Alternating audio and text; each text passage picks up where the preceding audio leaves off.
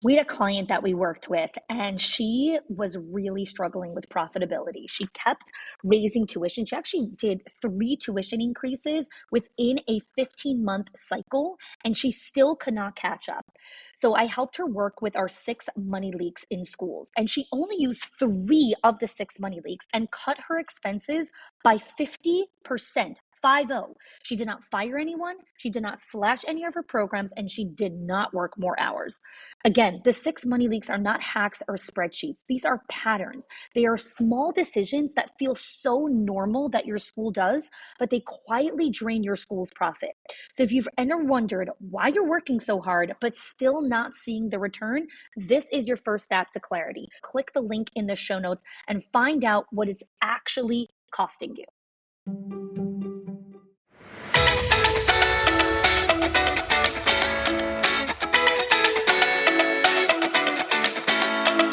Welcome to the Schools of Excellence podcast, a place for insightful conversations about building sustainable schools of excellence. Join me each week as we explore the importance of leading with your values, creating impact, and leaving a lasting legacy. My goal on the show is to provide you with clarity, elevate your mindset, and equip you with practical strategies and inspiration. I'm Chanie and Ashley, a proud mother of 4, a former New Yorker, now savoring sunny Florida vibes. With a professional journey spanning 18 years across all levels of school leadership, I bring nuanced insight that delve into the intricate details of running a center, as well as the broader visionary aspects of leadership. Thank you for joining me for this conversation. Let's build a legacy of excellence together. Welcome back, everyone, to the Schools of Excellence podcast. Hey. Today, we have another conversation with a fellow member who's been in the program for some time now. Welcome to the podcast, Ashley. Hello. Awesome. Thank so, you. Ashley, tell us where your center's located, how many teachers you have, and what made you decide to join Schools of Excellence? Oh, that's a good question. So I found your podcast spring of 2020, things were going down. And I spent a lot of time for about 2 years listening to your podcast about gardening. And at that point, I was in the early childhood profession for about 12 years, working with 3, 4s, and 5s, but really moving into more and more and more leadership.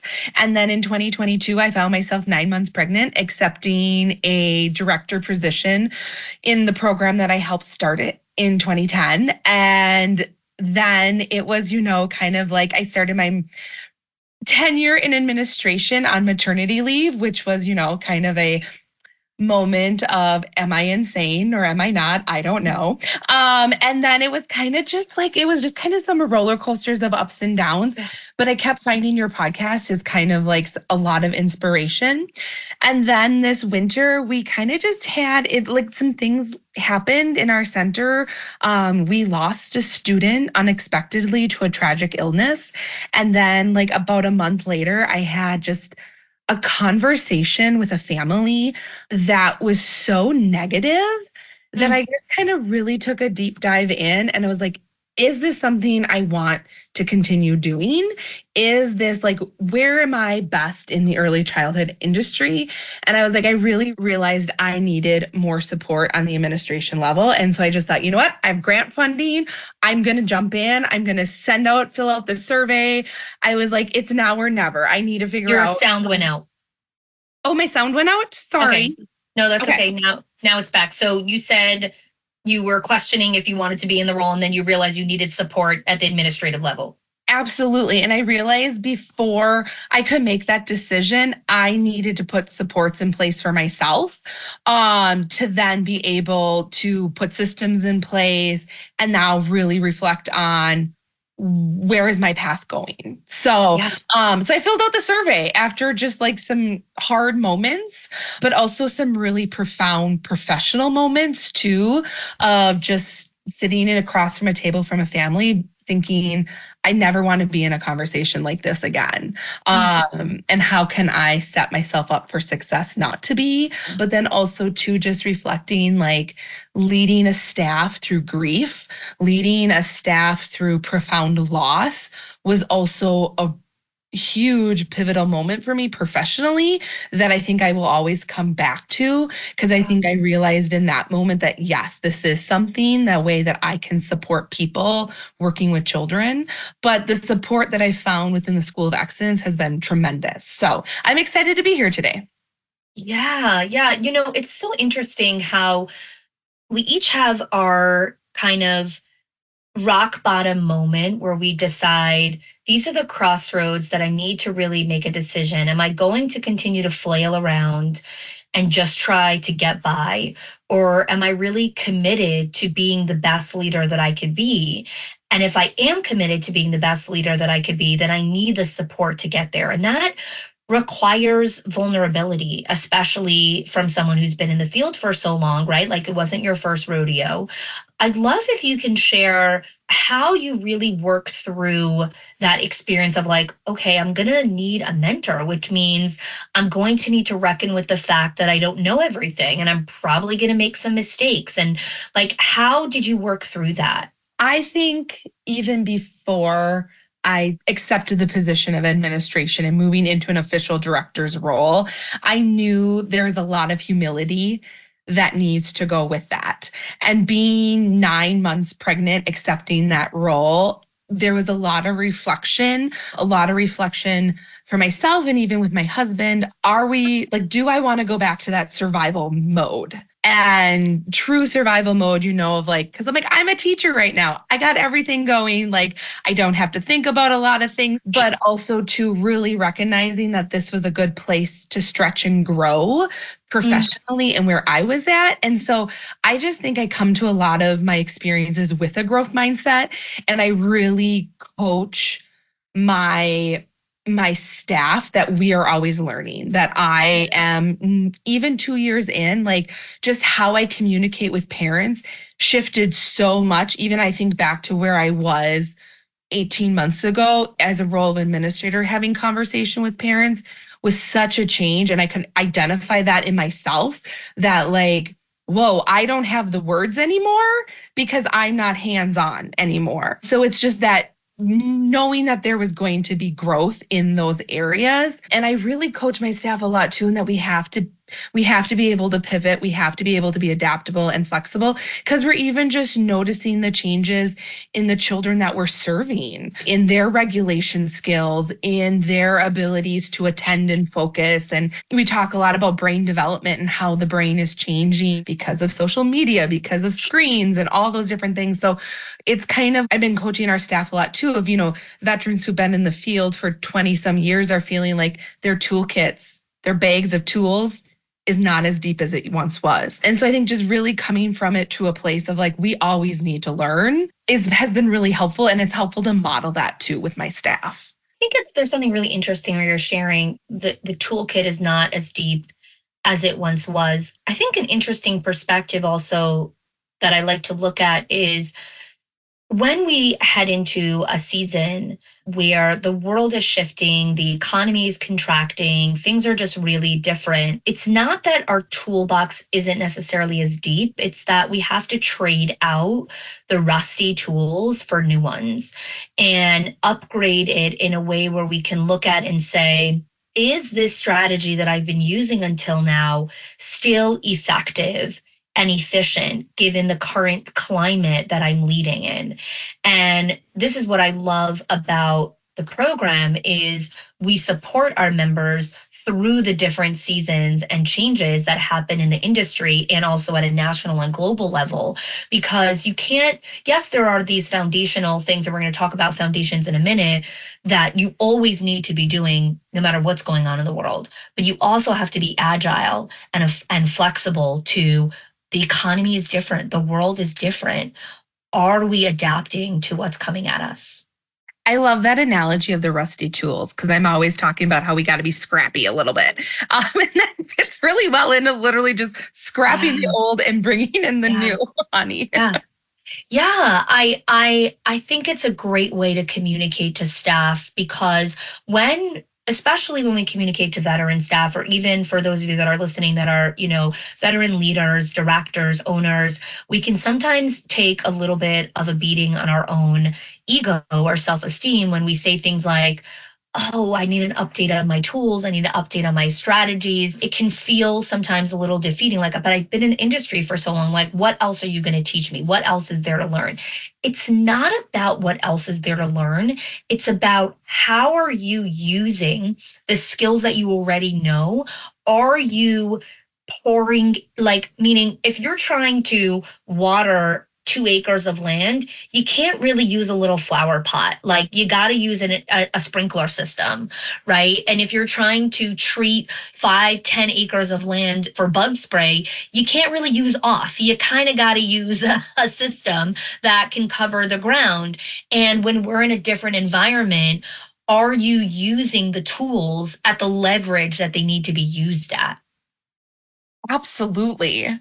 I love how you phrase things. So Thank you. Thank you. So let's dive into foundations. When members first join the program, the first thing that we always have members work through is foundations. I'd love for you to share your experience of working through that content and how that's really supported some foundational stability for you as a leader. Absolutely. One of the things that I inherited is I inherited a program that didn't have systems documented. And so I had been really working towards documenting some systems, but then also to just trying to figure out, like, whoa, as an administrator, my email inbox was overwhelming. And, and I was just, I know. I mean, we've talked about this, right? Yeah. But like some of the things I really appreciated about the foundations is because I was just kind of in this place of like, I need support. Mm-hmm. Like when you presented a system such as like I may be using the terminology incorrectly, but the scheduling of the calendar.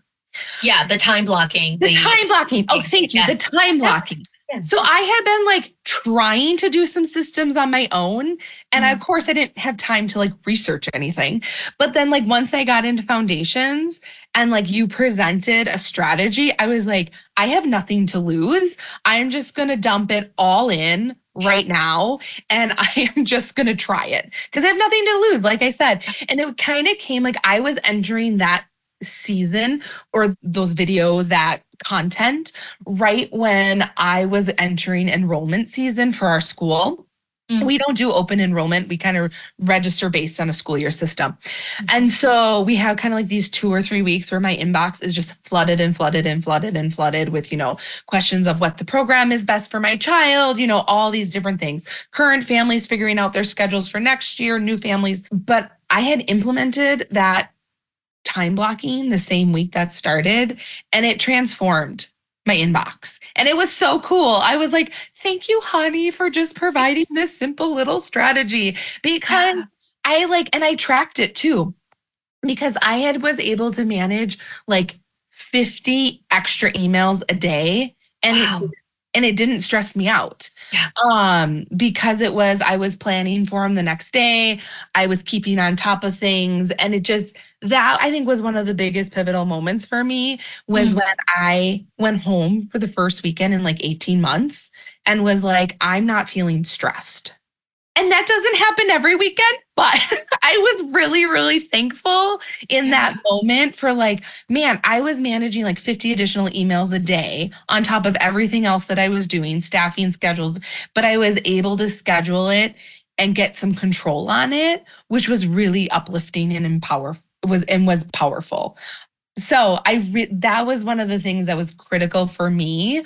And I really liked your advice in one of the trainings was like, when you're feeling like anxious or feeling dysregulated, go back to your calendar. That is like one of the biggest pieces of advice that I have been able to hold on to, is that when I am feeling that dysregulation or feeling like I'm overwhelmed in whatever season we are in school, is going back and calendaring has been so helpful. Other thing too that I found really important about the calendaring was then being able to communicate and share that with my staff. So at one of our meetings, I shared, I put up on the screen my calendar for a week. And it was so helpful for my staff to see that. And I shared it with them, not in a place to guilt them, not in a place to be like, look at me, I'm working so hard. And I acknowledged that with staff. But really, I said, so when you come up to me in the hallway and you ask me for something about ordering or your schedule, and I'm telling you, I need you to send it to me in an email, this is why. And I literally showed them, like, when I get your email, I schedule it now. So if you don't send me that email, it's not getting tracked. And that was really like a profound moment for me of like, it's not about like, woe is me, my job is hard or I have a lot of work, but it's just like, I can do this because I'm putting systems in place and I need your help to do that. So, and it's also been helpful then to hold people accountable as well when they're like, hey, I recently had something, for example, it was working, I do all the scheduling of my staff and I do all, like if I need someone to pick up a shift, I do all staff. I do it all via email because then in my inbox, anytime I send out a request or time off approval, I file it into a separate file so that it's kind of a system, but it's my system. And exactly. Anyways, I had asked this person to pick up a shift. I never got an email response back. And so I didn't fill it with them. And then they came back and they're like, hey, I told you in passing one day. So like, I see you didn't give me these hours. And I, respectfully responded of, that is so great. You may have told me in passing, but we've had conversations of, I need you to respond in writing because I will not be able to track that information. So I apologize that I was not able to give you these hours for this shift now, but please know going in the future, if you respond by email, I can then move forward with it. So it was just kind of a really nice way to help hold people accountable. Because it takes a lot of work to schedule. It takes a lot of work, but it's also just nice to have that conversation of like, we've had these conversations. I've explained to you my strategy or explained to you my processes and without follow-up written communication. And I'm not saying I'm perfect always. There's always that. You're not supposed to be. You're human. Nope, not perfect. But I mean, I truthfully said to her, like, honestly, I don't remember that conversation and I don't have the capacity to remember every conversation. So nor should you. That shouldn't be an expectation. Absolutely. Right? I think there's so many things I want to pull apart here for whoever's listening. Oftentimes I speak to leaders and I hear things like, I really need to work on my systems or I really need to work on my processes. I think that's a death trap in a lot of ways, because if we don't have a sequential buildup of foundational systems and then the next level system and then the different kinds of systems that need to be put in place to create this cascading effect, we just kind of come into every day saying, one day I'm going to build a system, one day I'm going to build a process, one day I'm going to write this SOP. And the beauty of schools of excellence and the way we've designed foundations to survival, to disorder, to all the different stages of the pyramid of excellence is each stage communicates what system needs to be put in place in this stage to take you to the next one. I don't think there's anything more irritating as doing the right thing at the wrong time.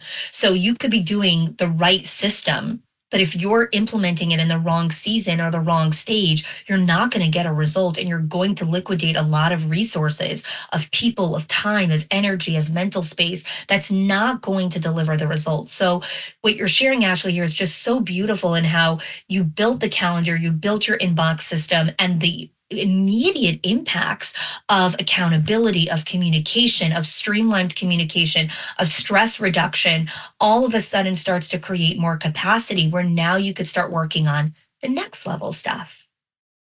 Absolutely. Yeah.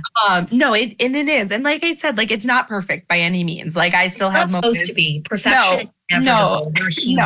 But the ability to go back and have the skill set or have the practice relied upon, or I can rely upon it, is really, really, really important. So, walk us through, after you work through foundations and you started to dig into some of the other content, which we have on like one-on-ones and classroom observations and, supporting staff and families in some other ways. I'd love for you to speak to how the coaching calls and strategic advisories have continued to support your growth as a leader. Absolutely. Two things really come to mind. One is it's just giving me opportunities to reflect on things of, is that something I can add into my program? Just helping me define where I am at of like, that's a great idea, but I can't implement that now. I think that's one of the biggest things that I've taken away from the School of Excellence is really recognizing where is my capacity, where, and we also talk a lot about like the season of life, but also like where we are in the seasonally in our program. I had another opportunity this year, and I was so thankful to rely upon the skills I learned through you, Chanie, and like everyone, is that we were kind of piecemealing a staff's classroom schedule together. It was just the afternoon support staff that came in, like a 4-hour shift every day. And we had 80 hours of consistency in the room with 2 full-time people. And they were perseverating on the idea that we have to have a consistent person every single day. And I was able to effectively say, hiring in February, like right now, we are focused on enrollment. We are focused on admissions. I said, right now, we are not in a place to post a job position when we are putting this, when we have 3 dedicated people who are being the consistent person in that room, and really acknowledging that, like, yep, come March, we're going to be posting. In February, I'm not in a place right now to be able to post. So just really recognizing those places of, this is where our focus is. This is where my energy is at in this moment for the next couple weeks, because I am in a hiring blitz right now. And I'm like, yeah, I'm so glad I set that pay or that boundary, that limit, just because hiring takes a lot of work. And I am kind of a one-woman ship in ways. And so I can't vet candidates, can't be scheduling interviews if my focus needs to be on building those relationships, of having significant and effective communications throughout our admissions and enrollment season.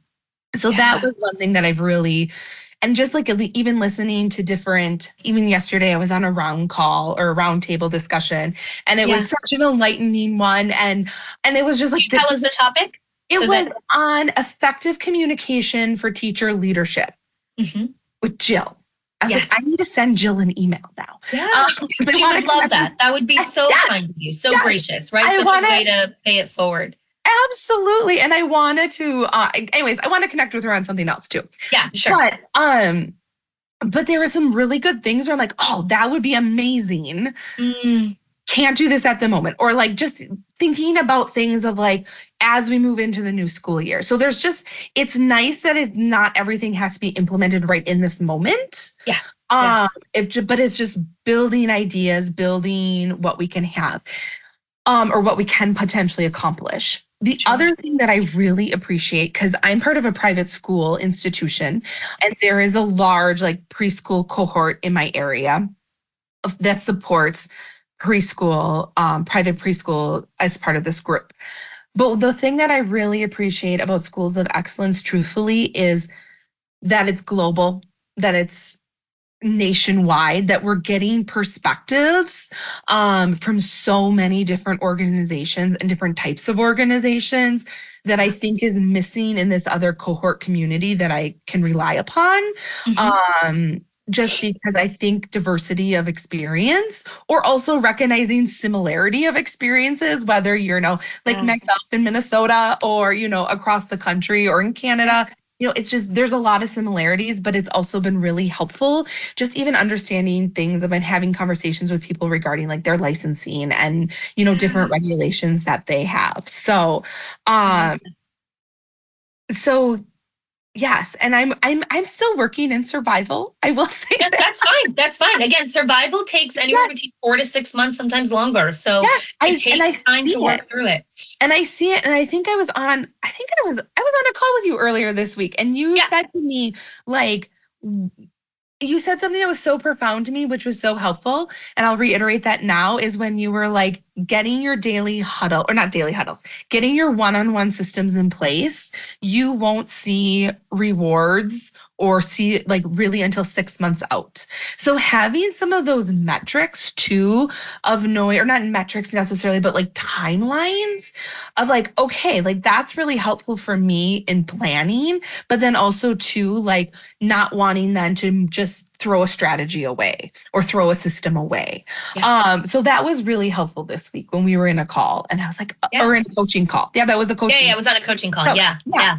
So, I'd love for you to speak to the strategic advisory, because, that's, every other week. And sometimes I'm speaking on mentorship, or sometimes I'm speaking on time sensitive things. And I find often, again, as leaders that are listening to the podcast now, sometimes we feel like there's nothing new under the sun. There's nothing different that I don't know about already, or maybe there's too much going on. I don't know where to focus, or whatever it is. How have the short strategic advisories really just impacted your mindset and leadership in the way you go about decision making? Because that's, I find, the biggest reason why I do strategic advisories, is to support better frameworks for quality decision making. Absolutely. The strategic advisory, I try to come to them. I schedule it on my calendar, and I try to show up to them. It's like one of the appointments that like I so rarely miss in School of Excellence. Yeah. I like that. And this may sound silly, but I like that they're on Monday mornings. I get my staff settled, and then I'm like, okay, let's see what's going on. Yeah. And I just like that. Like, you've been recently really focusing on mentoring. Yeah. And I will admit that conversation of just like where I'm at has seemed almost a little overwhelming in ways of like, I don't think I'm in this place right now. And so, or just like how my staff is structured, but it's given me a lot of insight on how I'm moving forward in this hiring cycle. And like making then like, I am implementing now. I've restructured some things in my program. So like when we are onboarding new lead teachers, they are part of a mentorship program, so that they are being well assimilated to our culture, feeling supported, even just assimilating to our parent culture too, being a private institution, because that can sometimes be a huge shift for new teachers coming in. So providing support in a variety of different ways.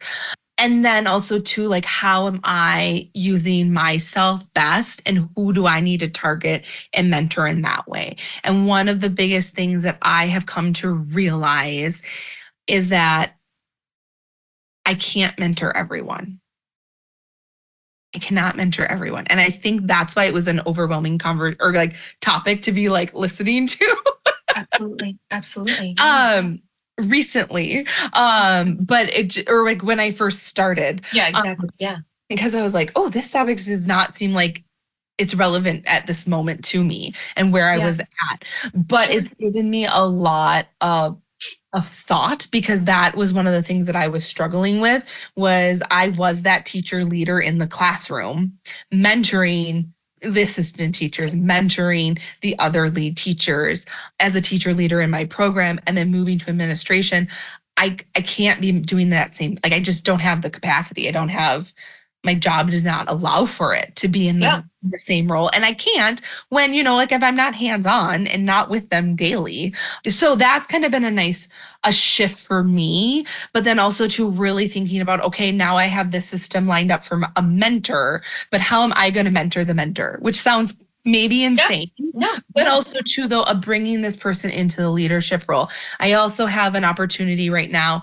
My like administrative assistant / financial person has resigned, and I am now in the process of hiring for that position. So really utilizing what these strategic advisories have been recently, and really thinking about how are we going to onboard and how are we going to mentor this first year as we are learning how we're going to work together, the partnership, but then also as we go through all the different seasons this coming school year of what needs to happen when, because I really want this person to be an autonomous person who can take initiative, be self-sufficient and all those things. So it's, yeah, but I guess I like the strategic advisory, and sometimes I just sit and listen. So yeah, again, they're each season has its purpose, and kind of sometimes you're actively engaged, sometimes you're just listening, and your brain just clicks onto certain things that are important for you right then. What has surprised you most from being inside of the program?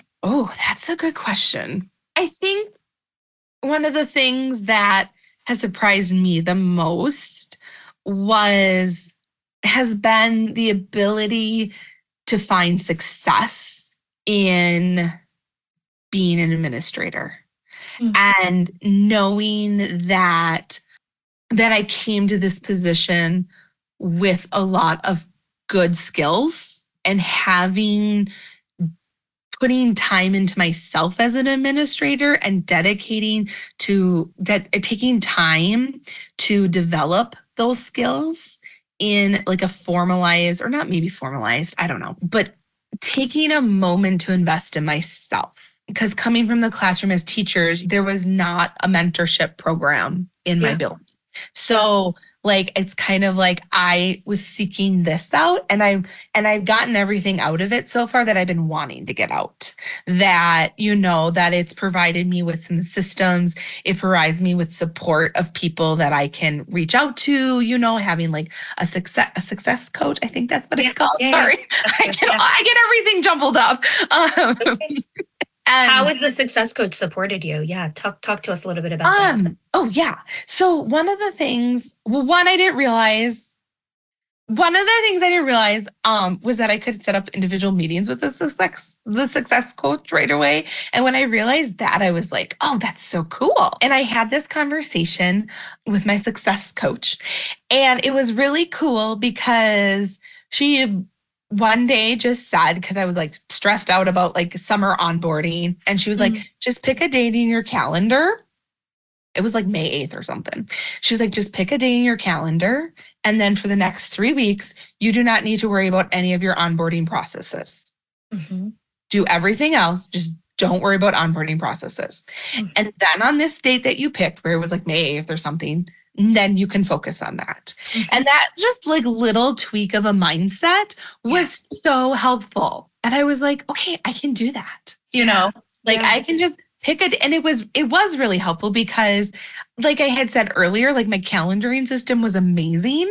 And then April and May happened, and I was running at like zero margin in my schedule, and I could feel it. I was like, oh, I do not like this. I cannot work from like the moment I walk into the door to the moment I leave, like creating newsletters and editing things and creating communications and onboarding staff and more onboarding staff and, doing work agreements and all these things. And it was so helpful in that season of like, this is an intense workload, for my success coach to just be like, pick this date and don't allow yourself to worry about any of the onboarding piece until you get to that date. And so I found that was really helpful. And it's like, I like those just little strategies, or just the option of can you think about it in a different way? Yeah. And the whole point of why we brought on success coaches this year was to really create more customization and accountability for our clients, so that they have the content, the community, the coaching, but they also have radical accountability and someone that could really support their growth with resources, with accountability, with different perspectives. So I think my last question to you is, when, people listen to, clients share their experiences through the program, our minds always go to, it's not the right time, this is not the right place for me, I don't know that I'm going to utilize it, what if I don't learn anything new, am I going to implement it, et cetera, et cetera, et cetera. So I would love to hear from you. What would you say to the person that is on the fence of joining the program? I would say, no matter what, you'll take things away from it. That no matter the season you're in, no matter if you are feeling like you're doing your job well, or if you're not, or if you I think it's the support. I think it's the consistency. But I think as long as you are willing to invest in yourself and put time into it, you will get benefits out of it. Because have I used everything in the system? You're not Nope. supposed to. Nope. Too much. Absolutely not. Absolutely not. Yeah. But the places where I've been able to really say and lean into something and be like, I'm good. This is going to be a focus. I want to implement something. It's been really helpful to know that I'm in a place now where I feel like I can sustain this for years to come. And I have even the places where we're not 100% or we're not where my program I want it to be. I can see though how we can get there now. And, recently I was listening to something in one of your things. I don't even know where it was at, but I was listening to it and you were talking about how the program changes. The program, not this program, but like our own programs. So like the program, and it was such a helpful lens because like the program I started in 2010 is not the same program that I took over in 2022. And it is not the same program today. It is radically different in many positive ways, but just having that insight of like our programs are evolving, we are evolving as humans, and which means we need to be adaptable, we need to be flexible. And so it's about then seeing that like, okay, this system or this is an area of our school that we need to improve upon, but I don't need to handle it or I don't need to tackle it this moment. I can plan for it and we can bring people in to help support that and get the buy-in from the staff, but also do all that prep work to prepare the staff for the change. I love that. Yeah. And so I just think if you're willing to put a little bit of investment in yourself, I think you take out of it what you put into it. So absolutely. Always. That's with anything in life. That's with anything in life. Absolutely. So Ashley, it has been such a pleasure connecting with you and just learning about your experience, about your journey in the program, about how you've really taken to heart so much of the strategies. And I'm looking forward to seeing what your next chapter looks like. So thank you so much for joining us. You are welcome. Well, thank you for the invite. It's been fun. If you are loving the Schools of Excellence podcast and have gotten any value out of it for your school, I would love if you can do two things for me. One, subscribe to the show so you never miss an episode. And two, can you please leave us a review?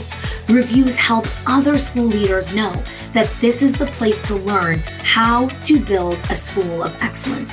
And I would be so grateful if you can do that for us. Your help and support makes this show to be able to be listened by the thousands of other school leaders all around the world. Thanks so much for listening, for giving us your time and attention each and every week, and I appreciate that you have joined us.